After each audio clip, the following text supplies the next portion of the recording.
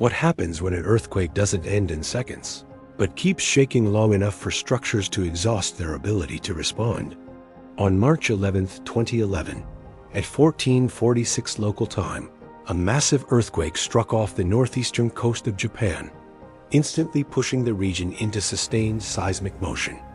From the first moments, the shaking was powerful. But what made this event different was that it did not fade, continuing far beyond the duration most structures are designed to endure. As seconds turned into minutes, buildings that had already absorbed the initial shock were forced to keep dissipating energy with no chance to reset. Japan's engineering is built to survive earthquakes, but survival depends on more than strength.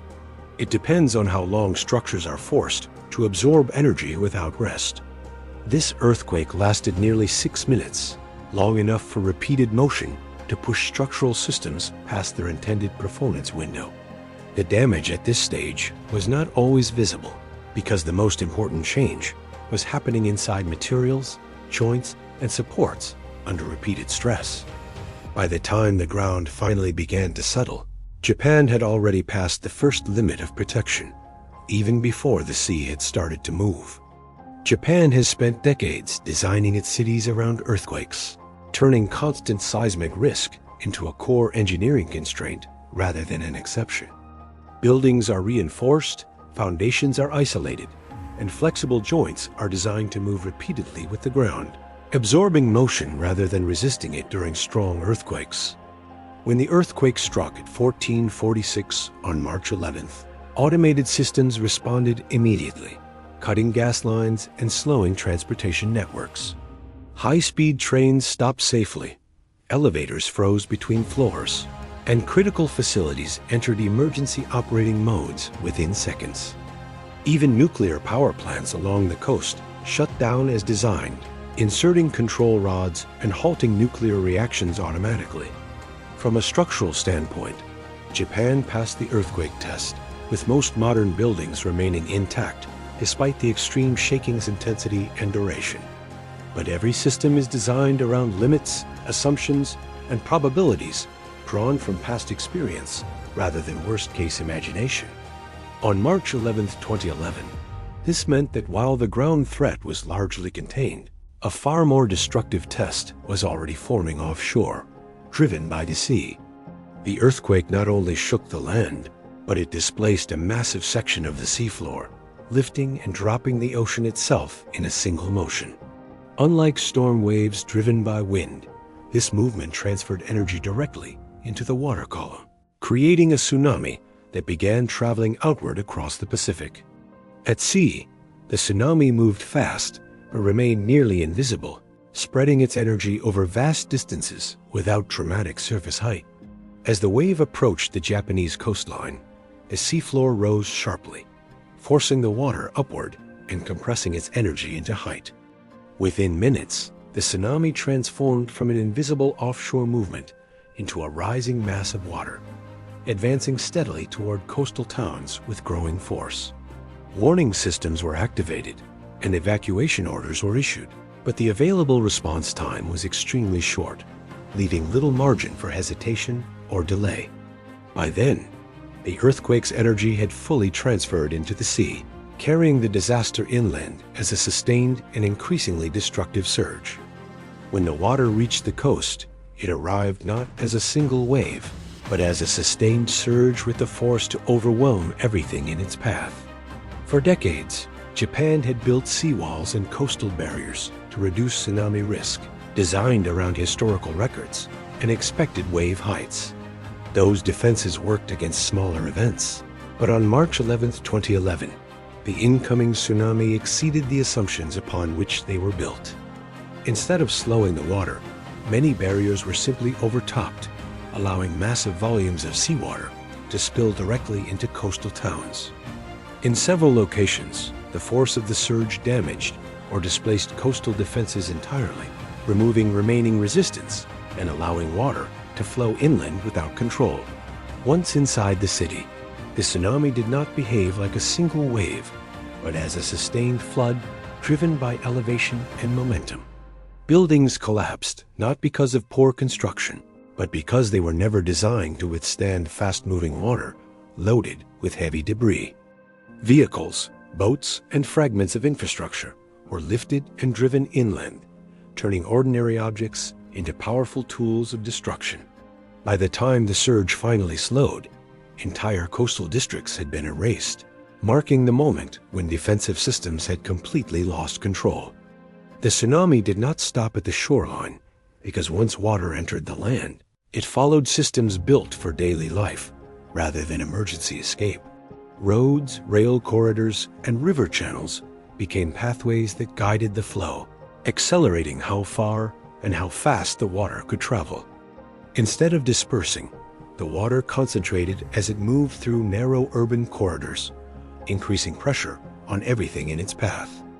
Objects carried by the surge struck buildings repeatedly, turning steady water flow into continuous impacts that weakened structures over time. As the water slowed, it did not immediately retreat, remaining trapped by terrain and infrastructure that prevented rapid drainage. Flooded zones expanded not through sudden force, but through time, as water continued creeping into lower areas minute by minute without retreat. Critical services failed as water reached electrical systems, fuel facilities, and communication networks, cutting power and coordination across large parts of the region. At this point, the tsunami was no longer a wave approaching land, but a system-wide flood reshaping towns, fields, and infrastructure from the inside out. At the Fukushima Daiichi nuclear power plant, the earthquake itself did not cause a catastrophe because the reactors responded exactly as they were designed to. When the shaking began, control rods were inserted automatically, shutting down the nuclear reactions within seconds and stabilizing the reactors exactly as the safety systems intended. From a nuclear physics standpoint, the system was stable, but shutting down a reactor does not eliminate heat. It only stops its production. That remaining heat must be removed continuously, which means cooling systems have to keep operating reliably long after the earthquake itself has ended. Later that afternoon, the tsunami overtopped the seawall, sending large volumes of seawater directly into critical areas of the Fukushima facility. Seawater flooded the backup diesel generators and electrical switchgear, cutting off power to the cooling systems across the plant almost entirely. This condition, known as a station blackout, removed the final active systems responsible for keeping reactor temperatures stable and under control. With cooling lost, heat and pressure inside the reactor vessels began rising steadily over the next several hours, beyond normal operating limits. Hydrogen gas formed as overheated fuel reacted with steam, gradually building pressure until it damaged the reactor buildings from the inside. This was not a nuclear explosion, but a cascading failure caused by one assumption, that power and cooling would always remain available. By this stage, it was clear that no single failure caused the disaster, because multiple systems had reached their limits, one after another. The earthquake tested structural endurance, the tsunami tested coastal defenses, and prolonged flooding tested infrastructure never meant to stay underwater. Each system responded as designed at first, but failed once conditions moved beyond the assumptions and margins around which those designs were built. When one system failed, it increased stress on the next, creating a cascading chain of breakdowns rather than a single, isolated collapse. Modern engineering reduced risk across many areas, but it could not remove the physical limits imposed by energy, scale, and sustained duration. The disaster unfolded not because protections were missing, but because every defensive layer was pushed beyond its safety margin at the same time. What happened in Japan was not a rare anomaly, but a demonstration of how tightly coupled systems fail under extreme conditions. Once those limits were crossed, control was no longer immediate, and recovery became a slow process defined by time, resources, and physical constraints. Japan did not fail because it lacked technology, but because every system is ultimately bound by assumptions about how far protection needs to go.